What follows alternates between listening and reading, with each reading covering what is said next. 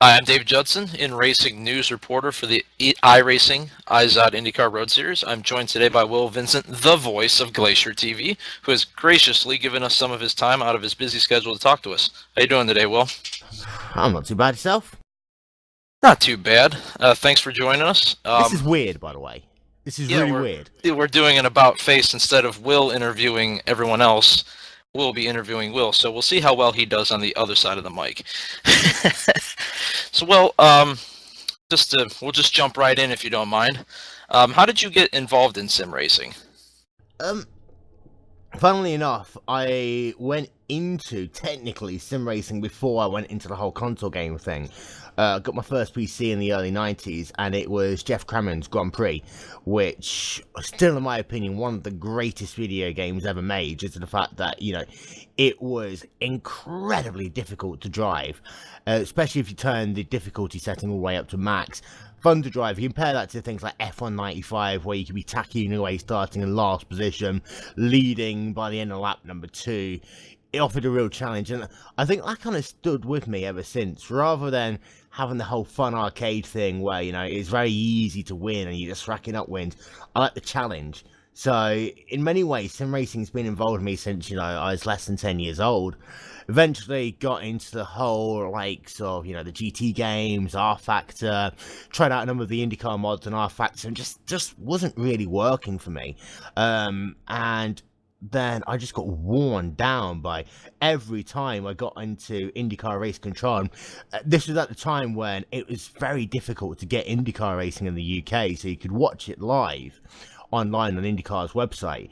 And actually, every time I turned on the broadcast, it was iRacing advert, iRacing advert, iRacing advert. And because the stream started so often, you had to restart it so often, it was another iRacing advert. And eventually I just thought, if I sign up to this, you think we'll actually stop the adverts? And I eventually ended up on iRacing. Oh, very interesting. Now, the challenge of racing, when did that turn into like the challenge of becoming a commentator? Or were you always have an interest in commentating, or did it just kind of develop out of over time?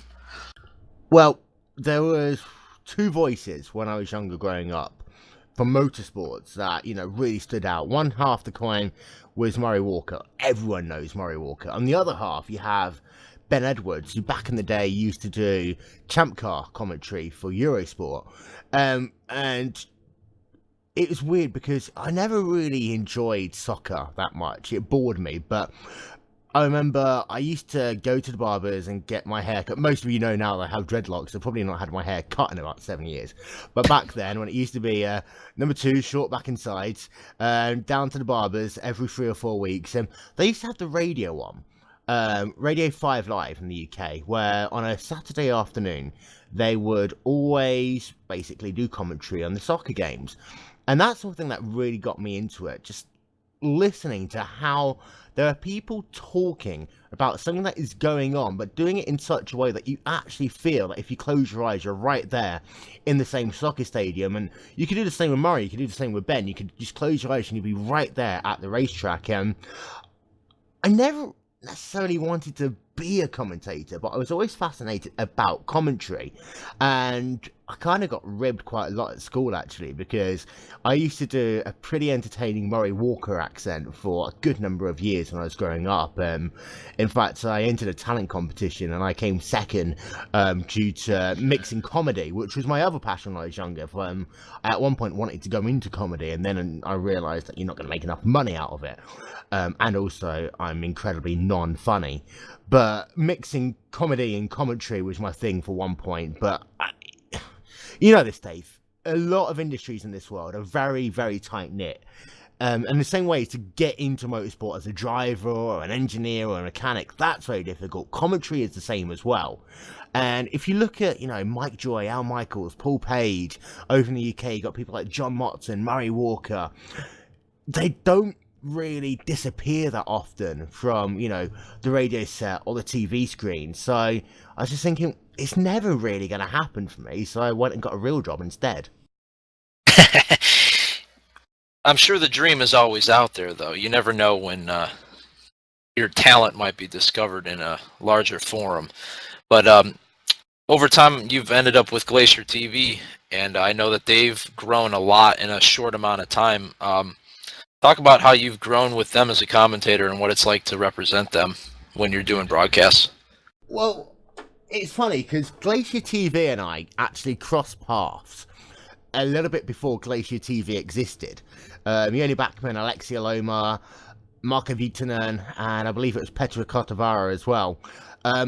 They joined the team that I was the team manager of, Team Afterburn, and the idea was that we're going to set up a NASCAR team and we're going to look at, getting ourselves into the NASCAR Pro Series, etc. And then an incident which I can only really describe as involving knitting happened when, due to many circumstances, none of them really my fault or Yoni's fault or Marco, any of their fault, it decided to be politically correct. It was better if they did their thing, we did our thing, and they founded Glacier Racing. And as a sub-product of that, Yoni Bachman had always wanted to find a way of bringing something to the community, and he wanted to get into broadcasting because, let's not forget, 2.5 years ago, there really only was PSR TV, with its subsidiary, the Web Racing Network, and then also RTV and ETV. Not really that much. It was a very small, it's still an emerging market. And Yoni wanted to, buy into that and try and create something different and new. And he started doing that. He had Marius Gonenbeck involved, Rob Sutherland involved, a great commentator called Salimir Yordek, which was very, very interesting. And then I, in 2012, wanted to get my series, the Afterburn IndyCar series, as it was called, now the ISOWC, get it broadcast on Glacier. And I thought, screw it, I'll commentate it myself, saves a little bit of money. And I'd already actually done some sim racing commentary before that. I'd broadcast the 2011 ISOWC Indy 500 on SimRace TV, and also did the Dan Weldon Memorial Race, did some commentary for that, which I still have to say was probably the hardest race I've ever commentated. And then, so, okay, I'll commentate it myself, and Yoni Bachman says to me, well, if you want to do commentary, we're a bit short on guys. Do you fancy helping out on a couple of broadcasts? The first broadcast I did was the Talk Freak Racing Spring Super Cup at Watkins Glen. And would you believe this, Dave? I wasn't the lead commentator. Oh, that's interesting. I was actually the second guy to Rob Sutherland. And it was, I'm going to tell you, I'll be honest, it was pathetic, my commentary that day. All over the place. I literally got it at the last second, knew nothing about the cars, nothing about the teams, nothing about the drivers, and kind of wung it, rather unsuccessfully, but I persevered. And by the end of the season, somehow, I don't know how it happened, I kind of became the lead commentator, and it kind of grown from there. But there was a second part to that question. I've completely forgotten it now. Basically, it was what is it like to represent Glacier TV as the lead commentator? It's been amazing. And you're right, Glacier TV has grown a lot in the kind of 2 years that I've been there now. We had, of course, the first two big things we got were the Skip Barber Racing School Premier Series and the Grand Am Premier Series, and then afterwards, very shortly, came the World Tour. We broadcast, for the last 2 years, we broadcast all but one race of each year's World Tour.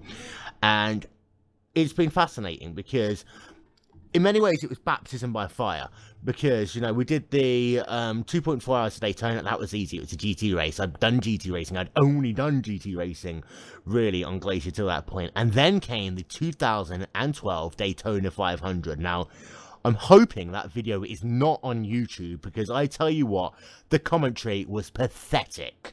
I commentated it as a radio broadcaster, and it was completely wrong.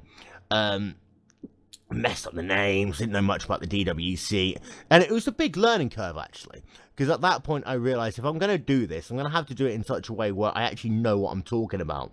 And that race, more than anything else, kind of shaped me. Moving on, representing Glacier TV, you know, I call myself the self-proclaimed voice of Glacier TV, but I'm in many ways still a small part of it. I'm the visual part of it. The same way, you know, the drivers of the WCS are a visual part of it. I'm just a guy calling the action. And behind the scenes, there's a lot going on, a lot of good guys working over there. But it's been a fascinating journey, and God knows what's happening in 2014, but the only way is up, really. Yeah, you started pretty humbly, it sounds like, and you've really matured and grown as a broadcaster. I know that whenever I listen to events, it's really hard to decipher if it's, you know, legitimate television or internet. So I think you've done pretty well for yourself. And leading into that, I mean, you're the lead commentator for now some of iRacing's biggest events, World Tour, you know, World Championship Series events. How much of a responsibility is it to you to make sure that you're doing your absolute best every time you're doing one of those big events?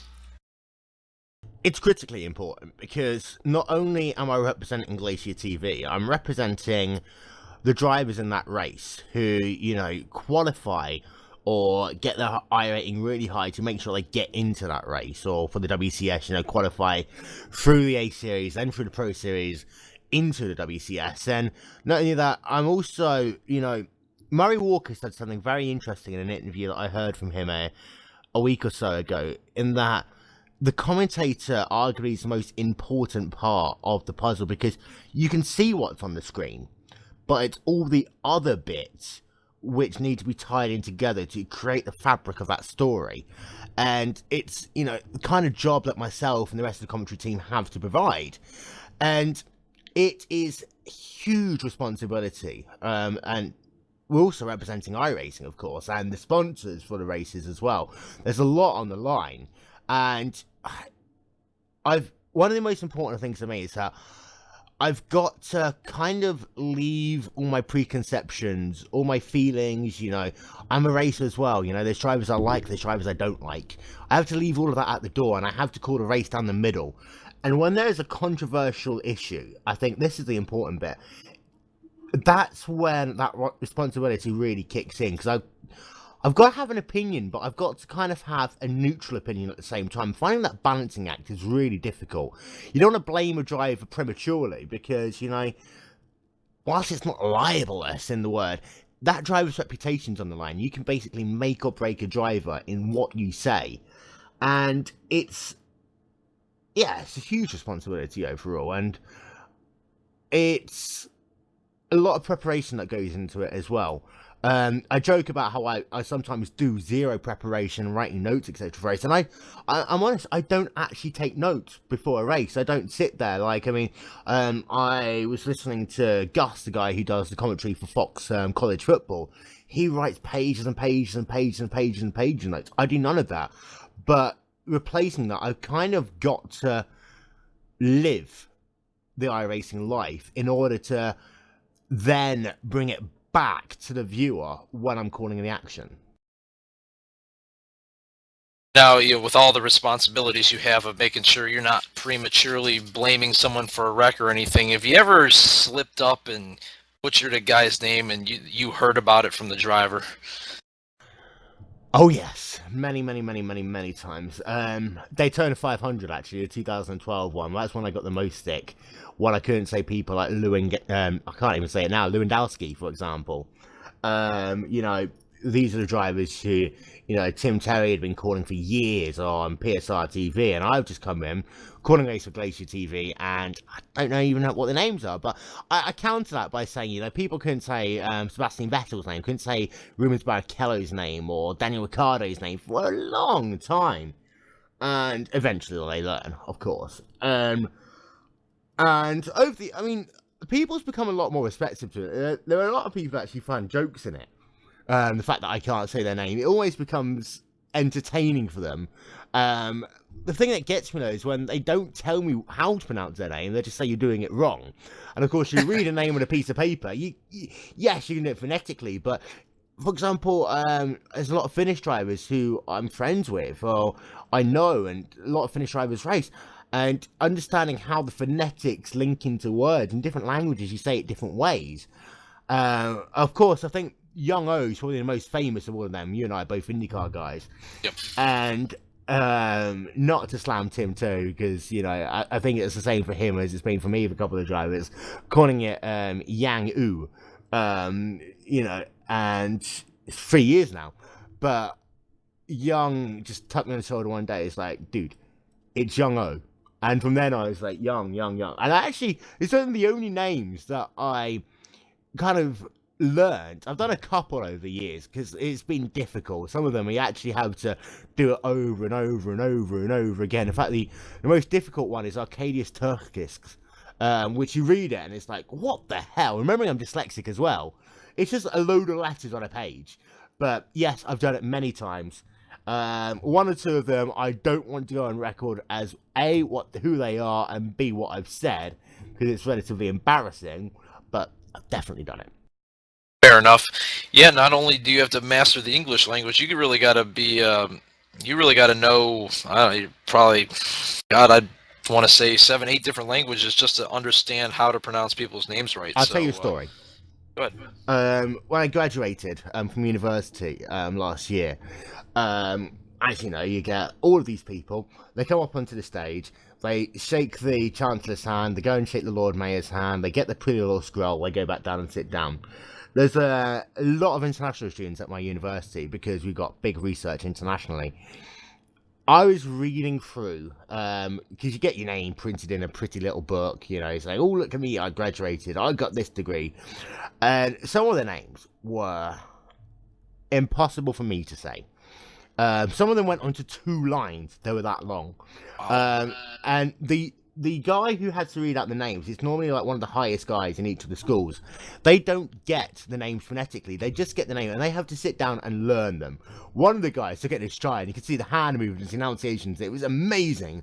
The funniest one, however, was we actually had some guy called Saddam Hussein who graduated in the same year as me. Everyone, it's so funny because everyone kind of looked up, thought it was a joke, giggled. Then it was nervous applause when I realised there was actually someone called Saddam Hussein. Then they started clapping louder to make it look as though it wasn't the fact they were actually being mean to him. It was amazing. But there was some I've heard double barrel names, I've seen double barrel names, I've commentated on a triple barrel name. There was one guy with 7 names, of which I could probably pronunciate one of them. Wow. Very interesting. I'd hate to be Mr. Hussein there. I'm sure that he gets ridiculed quite often, but obviously not his fault, right? Well, yeah. Well, your sim, shall we call sim commentator career, any chance you'll ever see yourself on, British Broadcasting or, NBC Sports or anything like that? Well, funny actually. I got poked by a fellow commentator of mine earlier on today saying, dude, you're going to be on Motors TV because for those of you who don't know, iRacing, they produce highlight videos of some of the biggest races that they have broadcast and they piece it together and they send it over to a TV channel called Motors TV over here. So technically I'm making my commentary debut on Motors TV in a little over 13 hours time, and I've already got someone to DVR it for me. How childish am I? But as to me actually commentating in real life, I've had this question asked me a lot of times, and without tooting my own horn, I've actually had some people tell me I should go and apply for the jobs. But there's 2 things here. First of all, as I already said, it's a very difficult industry to get into. The British industry, for example, the type of motorsport they do are not the type of motorsport that I wouldn't say it's not passionate about. It's not the type of motorsport that I'm kind of actively knowledgeable and involved about. And I've done some real life racing before. I've done a little bit of speedway stuff. I might do some again actually in the next year or so because it's fun. But it's very difficult industry to get into over here.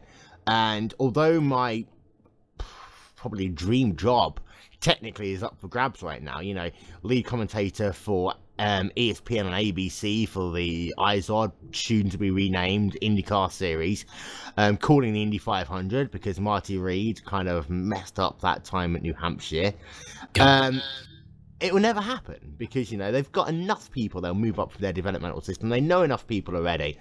It would have to be a huge career change choice. If the opportunity presented itself and I got headhunted, yeah, I'll be over in America in a heartbeat. I'd love to commentate in IndyCar. It's actually my dream job to do.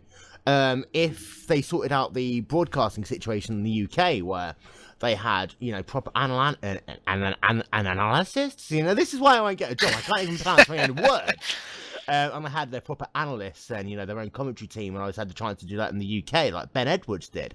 As I say, Ben Edwards started doing Champ Car, 1998, 1999, he was doing that. It took him then 13 years to get a job with the BBC, to then commentate on Formula One. So that shows you how long and difficult that process is. Yep. But if the chance happened, I'd definitely do it. But at the same time, I've got a real career. I've got another career which I focus on at the same time, and unless something dramatically changes, it's probably going to be realistically where I stay.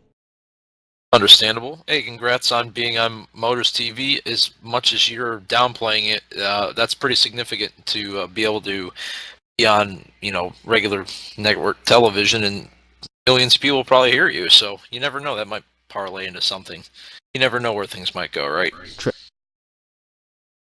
Well, I know you cover probably 5-6 different series, but if someone sat down with you and said, Will, there's only one iRacing series or event you could ever commentate ever again, which one would you have to pick?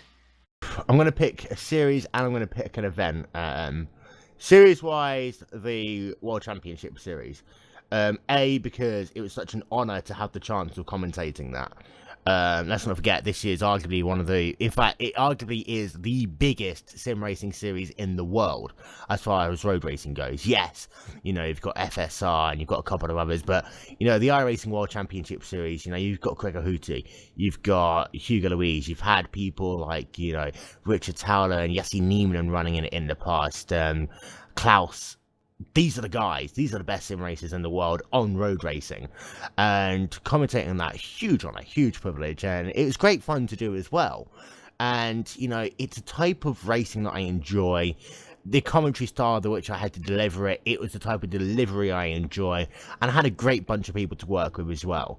You know, from Marius, Ben Rothberg, my good friend Paul Jenkins, and latterly Scott Woodward as well. You know, great teams that I've been working with. A single event is a lot more difficult because I finally got the dream this year. Got the chance to commentate on the iRacing.com Indianapolis 500, which, as you know, has been the one event that I've wanted to commentate on since day one. Yes. And I finally got the chance to do it. It was an interesting experience, mainly because of the fact that everything that could go wrong went wrong. And you're actually in the same house that I was that day. We were actually racing in Indiana. You were racing, I was commentating, and the first headset didn't work. The second headset, I couldn't actually move. Otherwise, the headset would cut out, and it'd take about a minute to reset itself, which was highly annoying because I chain smoke like hell when I commentate. And Jim McClure, who is one of my best friends on iRacing, whose house we were at, he felt so sorry for me that he opened the window out. It's like, dude, just smoke, I don't care.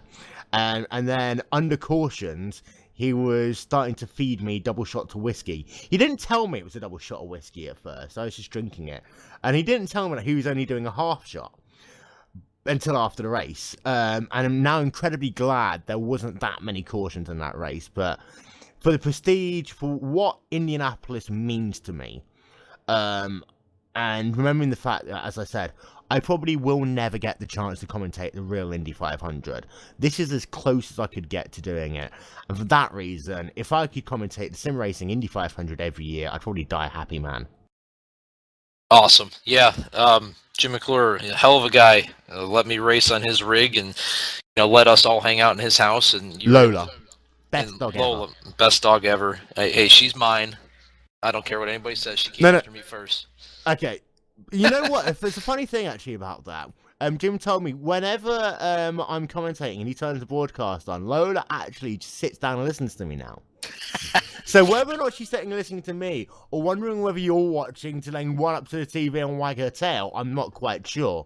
But I'll make you a deal. You can have Lola if the cousin, Shelley's cousin that Jim said was single, if I can marry her, then, you know, everything will be fine. Deal? That sounds perfectly fair because I'm pretty sure that my wife wouldn't want it any other way. Well, we know you're a racer at heart. Favorite car track combination? What's on the top of your list? IndyCar Talladega. No. Well, you know, well. I think it's fair to say that that's probably not the best combination. You know, that might be a combo for guys who are, I don't know, below the law maybe a little bit, but seriously though. Well, yeah. So that car track combination has its place, in my opinion, and it's not an official series. And I've been kind of outspoken about that. Honestly, of course, it's got to be the IndyCar. In my ideal world, it'd be the DW12, but I understand that there's been a lot of issues. Sim failway, shall I say. Randy Bernard and, you know, all those exclusive contract BSs that went on, amongst other things, which I'm presuming prevented iRacing from being able to bring that car out earlier. If it was a DW12, it would be the DW12. As it's not, it is going to be the IRL/03/05/09. Are we actually officially running the 09, or is it still the hybrid of the 0509? I don't even know how that one worked. I'm not sure if anybody really knows anymore, but Blame Barnhart. That's right. Hey, when all else fails, blame him, right? Yeah. Track-wise. Now, you and I both know there's a couple of tracks that come to mind. Charlotte, of course, was the one where I have the world record, which I occasionally bring up for qualifying. And there's got a funny story behind that, actually. That, John Paquin, another one of my really good friends, said, if you don't get a 6, I'm doing a 6. And I did 52 qualifying attempts to finally get that 6, just to get that world record. And then almost get a 6.8, which highly annoyed me because it said 689 on the timing. It came up at 690 on the official scoring, which highly annoyed me. But Charlotte, you know, it holds most memories for me because it's a track that I also won the soft race. Did it the way that only Wil Vincent can, by doing it by out-strategizing everyone. But it's not a great track for racing. But my two favorite tracks for racing are Pocono or Michigan. And I know I'm going to get slaughtered for not saying Indianapolis. I'm not good at driving at Indianapolis. I never have been good at driving at Indianapolis. And Indy requires a very specific way of driving a car, and I've just never been able to mold myself to that. Pocono is a track which I used to hate and I've fallen in love with over the last year because it is so difficult. Especially the fact that, you know, it's still got the bumps, and turn 3 is so difficult. You've got to set the car up to work well in turn 1, and it's so tight in turn 3. The tunnel turn, you're just holding on for dear life and hoping that you've not got a car on your inside and you're having to run the outside and not hit the wall. But then you've got Michigan, and you and I know how many laps I've turned at Michigan. I think it's somewhere in the tens of thousands, probably about 50,000 by now. And you know how much I love that track, so it's a toss-up. Either IndyCar Pocono or IndyCar Michigan. And don't forget at Michigan how good you are at pit entry. What is the first thing I said to you when we ran Michigan? When I'm starting to interview now. We said this was going to happen. First time you and I were teammates, we ran at Michigan. What was the first thing I said to you? Better learn how to pit. Better be fast at it. Well, yeah. I mean, those races, they're draft lot of tracks, you know, essentially. And you can gain or lose a ton of time by pitting. And there's many different ways of doing it. I pit very differently to a lot of people, in which I actually take the speed out of the car a lot later than other people. A lot of people try to take the speed out early and then roll to the line. I try to take the speed out late, so like I'm always hitting the cones too fast and doing a bit of a Brad Keselowski where I'm getting the average right. But pitting is so important at Michigan, and for me, I mean, both Pocono and Michigan have that, where you've got The raceability of it. They are great tracks for racing. Running out front, trying to put away. The draft is critically important. You know, managing the draft, managing the time and the place to overtake. I mean, Michigan, for example, you can't just dive that car into the inside line because it won't stick. And you'll brush up and you've got to hold your lane. Pocono, you know, if you take the wrong apex into the corner, you're going to brush up and wipe the other guy out. You're going to spin, or you're going to lose yourself about 4 tenths per second, especially if you try and do it in turn 3. So, you've got the pitting on as well. Poconos, my God, it's probably the hardest track to pit in all of racing, Pocono and the IndyCar, because you're coming out of turn 3, the car's pointing to the left-hand side. You then got to try and straighten the car up and brake at the same time with the tyres locking up, but wanting to point to the left, you've got to point it to the right. It's interesting. Yeah, I know. Many races have been lost on pit road, especially at Pocono. Well, we all know you're kind of a hyper guy.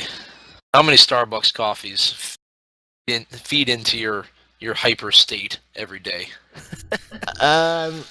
Well, prelim to that, I run a Starbucks car. My IndyCar, my NASCARs, and also my Corvette, the cars that I mostly run.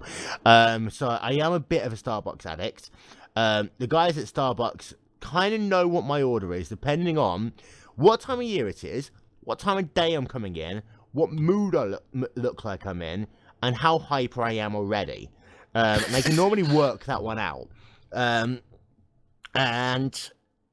The thing is, I have Starbucks homebrew as well, and we have Starbucks in the office. So, generally in one day, I'll drink somewhere in the region of about 7 cups of coffee. I actually don't drink much coffee at the weekends, mainly because of the fact it messes up my voice when I'm commentating. Yes, I do actually look after my voice. No vodka, no whiskey, no coffee, no energy drinks. So if I'm commentating, then I won't drink coffee for about 2-3 hours beforehand. But if I'm not commentating, there'll be about 2 at the weekend, 7 in the work days, because, you know, the job I do, they call it town and country planning for the reason, because the T in the C means tea and coffee. I drink the C, the coffee. So, lots, in other words. Fair enough. Hey, you gotta keep going in your career any way possible, right? Yeah, you know, you try. And that's, you know, one of the fascinating things, in my opinion, about iRacing, is that, you know, we are all here with our wheels mounted to our desks, our pedals under our feet, multiple computers / laptops / Macs / Linux machines. I'm sure someone's going to find a way of getting Raspberry Pi to work with iRacing one day. But, you know, we've all come here from different parts of the world. We're all racing, but we've all got our own backstories as well. And some people, you know, have got doctorates. There are a couple of people I know, you know, who are directors in companies and, you know, secretly multi-millionaires. You've got some people whose, you know, lifestyles they probably want to keep a little bit secret. No doubt we've probably got some people who are convicted felons or something like that here on iRacing. Who knows? But the important thing is that there are a lot of people who race it, and putting the commentator hat back on, it's fascinating to try and piece together all those multiple stories. And at the end of the day, we are still essentially talking about a video game where people are here, turn their wheel to the left and the right, using their gas pedal, their brake pedal, and if they're adventurous, their clutch. And I've got to find a way of making that interesting. Very nice, Will. At the end of the day, yeah, we're all racers and do quite a good job at making a so-called video game interesting. So I'm sure not only me, but the people that watch you every week are very appreciative of that fact. We all know that a bad announcer can ruin the experience, and I know that I can say that you are the opposite of that. You really make the races enjoyable, and I know I've worked with you a couple times, and it's all fun. I thoroughly enjoy what you do. Well, thank you. Thank now you, Will. you've got the dubious honor of me now secretly laughing at you as you try to wrap this up. Keep it short and sweet. I'm Dave Judson for inRacingNews. Will, thank you for your time, and we'll look forward to talking to you again next time. I'm sure we'll come up with some more coffee-related questions. Awesome. Talk to you later. Thank you, sir.